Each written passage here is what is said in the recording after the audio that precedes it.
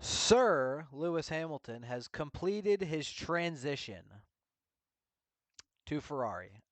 Over the weekend, we saw Lewis Hamilton bring out a couple different outfits, and I just kind of want to talk about it because watching it live, especially when he came race day in this red outfit, I wasn't too happy about it, to be honest.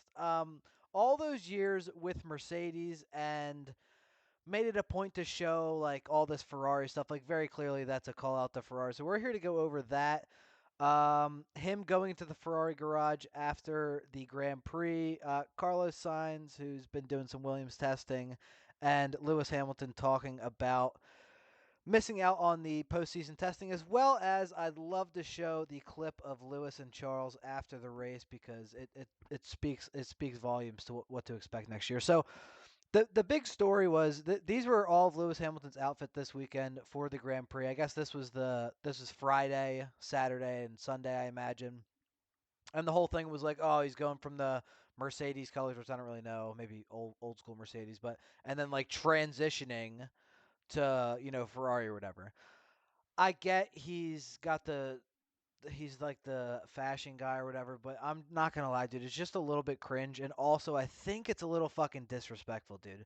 I just don't. Again, and we even talk about it when he in this article here about the postseason testing. He says he's contracted to Mercedes through the end of the year, December 31st. So even to be doing this stuff while you're under contract and then like doing stuff with Ferrari, it's just kind of like disrespectful, man. Like all those years, all those wins together, all that success, and then you can't wait until like after you're like at least out of contract or something. Like I get it, the season's gonna be over, you know what I mean? It's your last chance to get seen, but like, do you really need to be seen doing this that badly? You couldn't just do this like in an Instagram post or some other Ferrari event. You go, it's just like, come on, dude. I don't know. It just feels disrespectful to me after all that time. After the race, Lewis Hamilton entered the Ferrari garage, and again, like you can't wait. Like it's that important. You got to go in right now and do what? Just get like pictures. Like, is it really that important? And your Mercedes gear too. I don't know, man. I just think it's cringe. Um, and what's also kind of tough to watch is, dude, Carlos Sainz speak. He's obviously entangled in all this.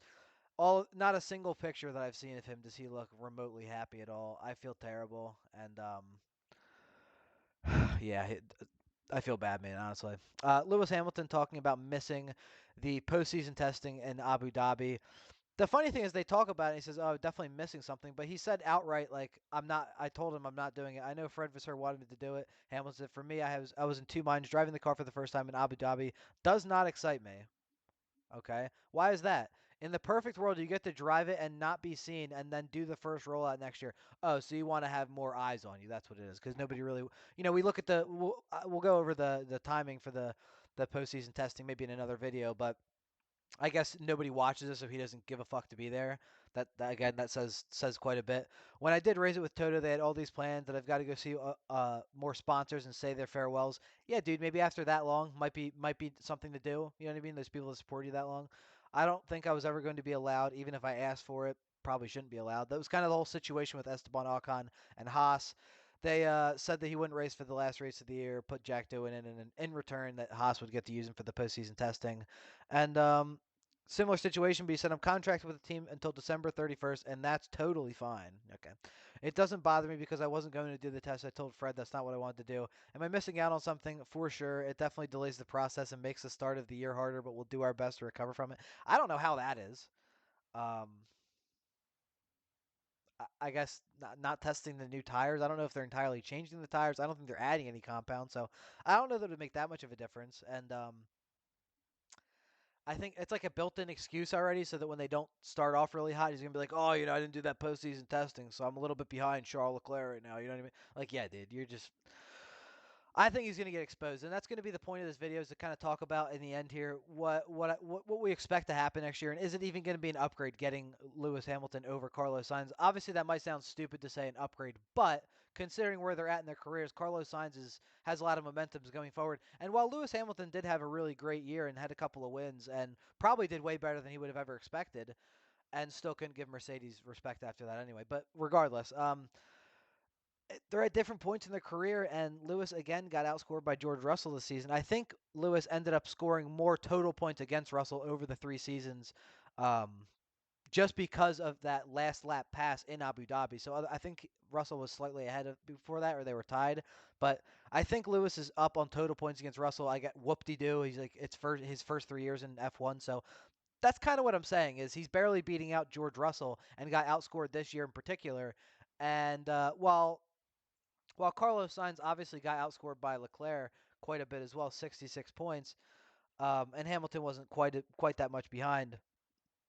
I there's just not going to be that many points to go around, man. When you got this top group here, and when Hamilton's going to try to get in there too, I just don't know if it's going to be as successful as they're thinking. I mean, certainly on paper, that's an upgrade for your chance at the Constructors Championship, but I think when we see it play out in practice and in real life, I just don't think it's going to be. I don't think they're going to win with him, honestly. Not that they're not going to win races. I'm sure they'll win races, but I think it's going to be an absolute dogfight between Mercedes, Ferrari, and McLaren next year. I don't know that Red Bull are even going to be competitive. I think it's going to be Mercedes and Red Bull competing for third, and probably Ferrari and McLaren competing for the top two. But God, I just have a bad feeling about it. Really, I think it feels like just the wrong move for Ferrari this time. I think they were really building a lot of momentum with Carlos Sainz, and to speak to that momentum a little bit, let's look at this the post race clip here of Charles Leclerc. As you see, he's getting the driver of the day here in the corner, and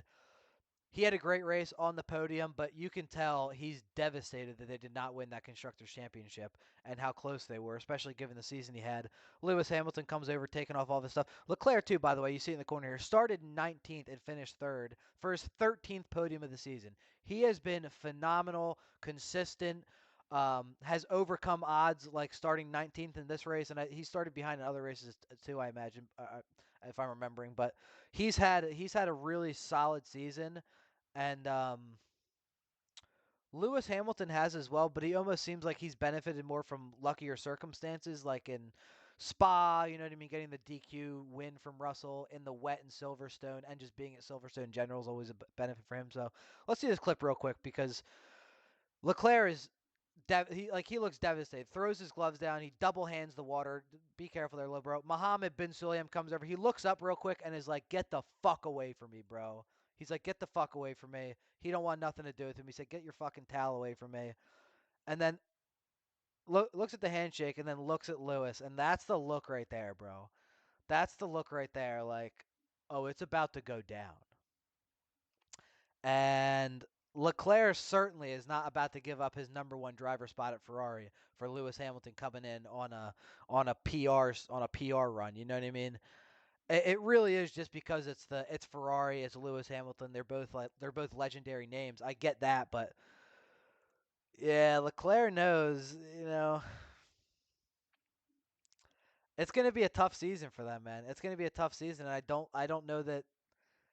I just love Muhammad bin Al Akbar coming over and fucking, oh yeah, let me act like you guys like me. Like, fuck off, dude. Um, that's it though. Lewis Hamilton made his transition over the weekend. Not the transition you might have thought, but also maybe the transition you might have thought. I don't know. Like the video, if you like the video, subscribe. I'm gonna be back. We're gonna talk about a couple other things in these short videos. I want to go over the testing. I think that's worth talking about. And we're going to go over best of the year, rank all the races of the year, talk about some underrated seasons, best season, whatever. We're going to go over all of it in the off season here. Make sure you subscribe with post notifications on. I'll be back with more this week. Peace.